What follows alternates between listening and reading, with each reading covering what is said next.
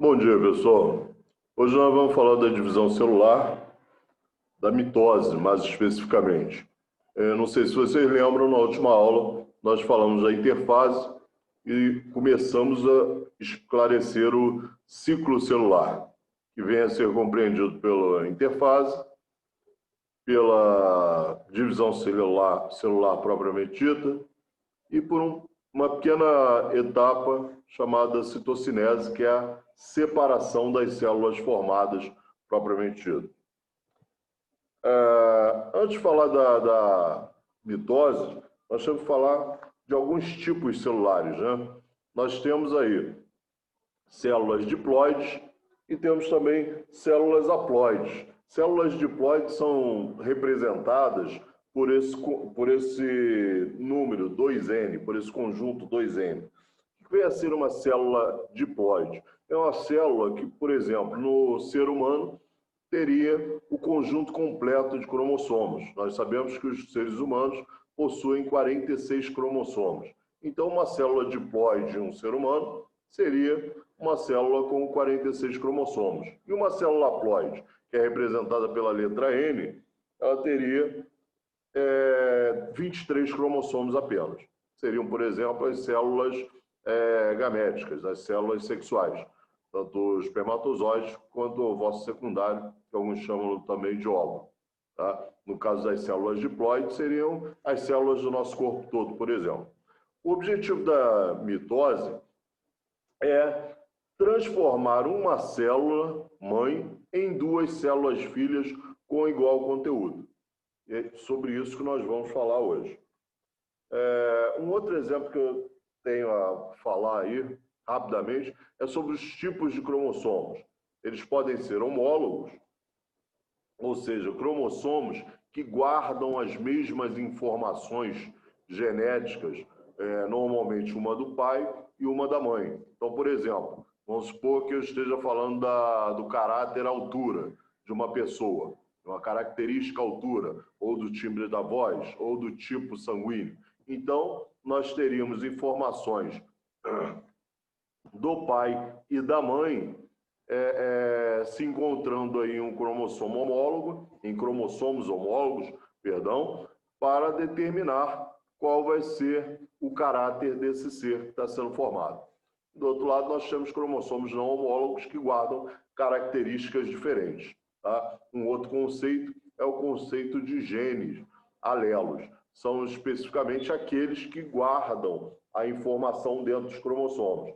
Nós sabemos que os cromossomos são formados principalmente por DNA e proteínas. Ou seja, dentro de um cromossomo nós temos diversos genes,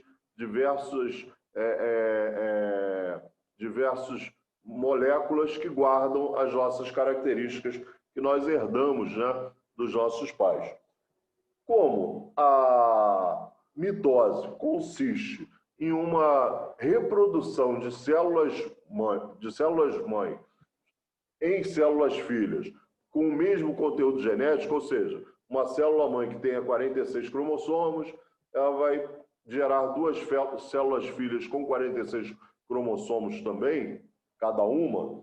É fácil a gente perceber que a mitose é um processo essencial no desenvolvimento embrionário. Ou seja, a partir do momento que a célula ovo se formou, o zigoto se formou, através do encontro do espermatozoide com o ovócito secundário, tudo que acontece dali em diante vai ser através de um processo mitótico, ou seja, o desenvolvimento do embrião em si, o nosso desenvolvimento em si. Tá? Vai ser responsável também pelo crescimento dos seres, vai ser responsável, por exemplo, pela renovação celular. Imagina, caem células da tua epiderme, da tua pele, e essas células têm que ser repostas, por exemplo. Então, elas serão repostas através de um processo como esse, de mitose. Tá? Entre outros, a regeneração de tecidos, entre outros processos, a mitose é extremamente importante. Tá? A mitose ela é dividida em várias etapas, assim como a interfase. Aí eu incluí a interfase, embora a interfase não faça parte, nós sabemos, da divisão celular, faz parte do ciclo celular. A divisão celular nós vamos compreender aí da prófase até a telófase. E depois teremos a separação em duas células filhas pela citocinese. Vamos falar dessas etapas uma por uma. A prófase. Bom, a prófase é aquela etapa onde a carioteca, que vocês estão vendo aí pontilhados em preto, a carioteca ela vai se desfazer. Esse cromonema, essa cromatina, que está como se fosse um novelo de linha aí, ele vai começar a se condensar, vai começar a se transformar em cromossomos. Esses riscos com pontos, vocês veem à sua esquerda, por exemplo, esses aí são os centríolos. Não sei se vocês lembram lá dos centríolos, eles têm como função, são organelas citoplasmáticas que têm como função formar cílios e flagelos, mas também de orientar o fuso mitótico, o fuso acromático, que é o que vai se formar aí nessa etapa. Tá? Você nota que eles estão, na fase final da prófase, eles começam a migrar para os polos, de maneira que cada célula tem em torno de 2 centríolos. Esses 2 centríolos, eles foram multiplicados em 4 lá na interfase, e aí nessa etapa da prófase, eles estão migrando 2 para cada lado, com o objetivo de, quando as células ficarem formadas, cada célula ter o seu conjunto de 2 centríolos, ok? Bom, alguns autores colocam entre a prófase e a metáfase uma etapa chamada prometáfase, mas não é o caso do nosso livro. E não é o caso também da maioria da bibliografia na área. Alguns autores apenas colocam essa outra etapa aí, só como título de curiosidade. Bom, essa aí é a metáfase.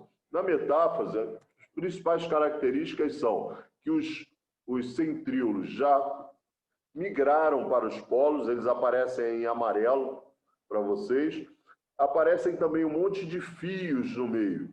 Esses fios nós chamamos de fios de Aster.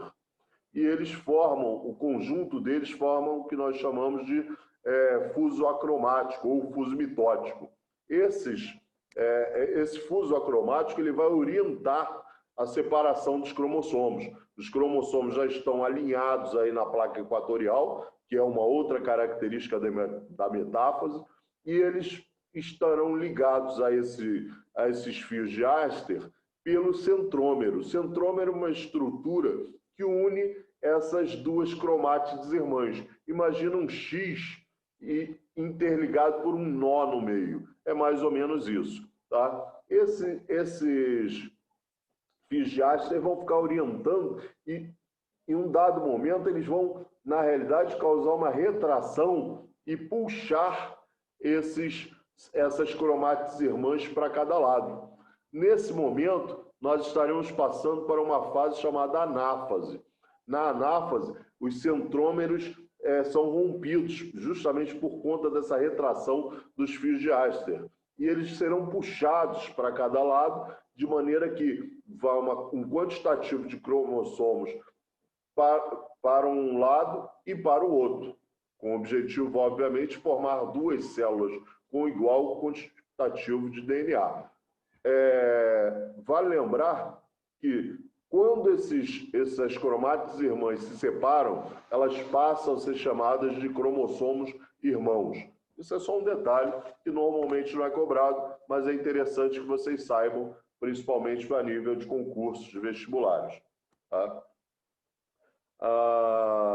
E a próxima etapa é a telófase. Na telófase, ela é quase que ao contrário da prófase. Enquanto na prófase nós tínhamos o desaparecimento da carioteca, aí não, nós vamos ter o reaparecimento da carioteca. Os cromossomos eles vão se descondensar, formando novamente aquela cromatina, e os centríolos estarão ali já na sua posição de formar uma nova célula. Notem que aí nós não temos a separação completa da célula. Há apenas uma contração na membrana plasmática. Isso no caso de ser uma célula animal. Nós vamos ver isso daqui a pouco, na próxima etapa. Tá? Que é justamente a citocinese. Em que consiste a citocinese? A citocinese, ela consiste na separação das membranas nucleares, das membranas celulares, perdão. Note que na telófase, essas membranas das duas células já formadas ainda estão interligadas, como se fossem aqueles gêmeos siameses, né? E elas precisam se separar. Só que no momento da separação, há uma diferenciação quando você encontra uma célula vegetal e uma célula animal. Nós sabemos que, anatomicamente falando, a célula animal, a célula vegetal, perdão, na sua parte mais externa, ela possui uma diferença da célula animal. A célula vegetal, ela possui parede celular. Além da membrana celular, ela possui também parede celular, o que confere a ela uma rigidez maior. De maneira que essa célula, ela não vai conseguir se separar de fora para dentro, como acontece com a célula animal. Na célula animal, nós vimos lá, tem uma contração da membrana plasmática e, posteriormente, elas vão sendo esmagadas, basicamente isso, tá? E de maneira que elas depois se rompam essa estrutura, essa parte da membrana que está unindo-as. Já na citocinese vegetal, isso não acontece. Ela tem que ser rompida de dentro para fora. É como se eu fizesse um rasgo de dentro para fora, vocês estão vendo aí no meio dessa figura à sua esquerda, de dentro para fora, até chegar na parede celular, que está na cor azul aí para vocês, quadrada, um quadrado azul. Quando chega ali na parede celular, aí já resta uma película tão fina que ela vai se quebrar, como se você estivesse serrando uma madeira e você vai serrando, quando chega no finalzinho, o próprio peso da madeira quebra a madeira. É o que acontece aí na citocinese vegetal. Devido a esse tipo de característica, nós dizemos que a citocinese vegetal ela é uma citocinese centrífuga. Imagina quando vocês colocam lá a máquina de lavar de vocês para centrifugar. O que acontece? Acontece a ação de uma força centrífuga sobre as roupas, né? Elas são jogadas para as paredes do tambor da máquina de lavar. Ou seja, há uma força que está ocorrendo do centro para fora, do centro fugindo do centro. Centrífuga. Tá legal? De maneira que essa força é tão grande que acaba pressionando a roupa, né? E esse pressionar da roupa vai fazer aquele trabalho como se fosse nos torcer essa roupa. Tá? E a água vai escorrer pelos furinhos que tem na máquina. Mas aqui o que vai acontecer? Vai começar a rasgar do centro para fora até chegar nessa parede celular e ela não terá mais sustentação, porque além dos tecidos, os tecidos todos já foram rompidos. Só falta ela mesmo e o próprio peso celular se encarregará disso. Já na citocinese de origem animal, de uma célula animal, nós dizemos que é uma citocinese centrípeta, assim como as forças que vocês estudam lá na física, né? Ela ocorre de fora para dentro.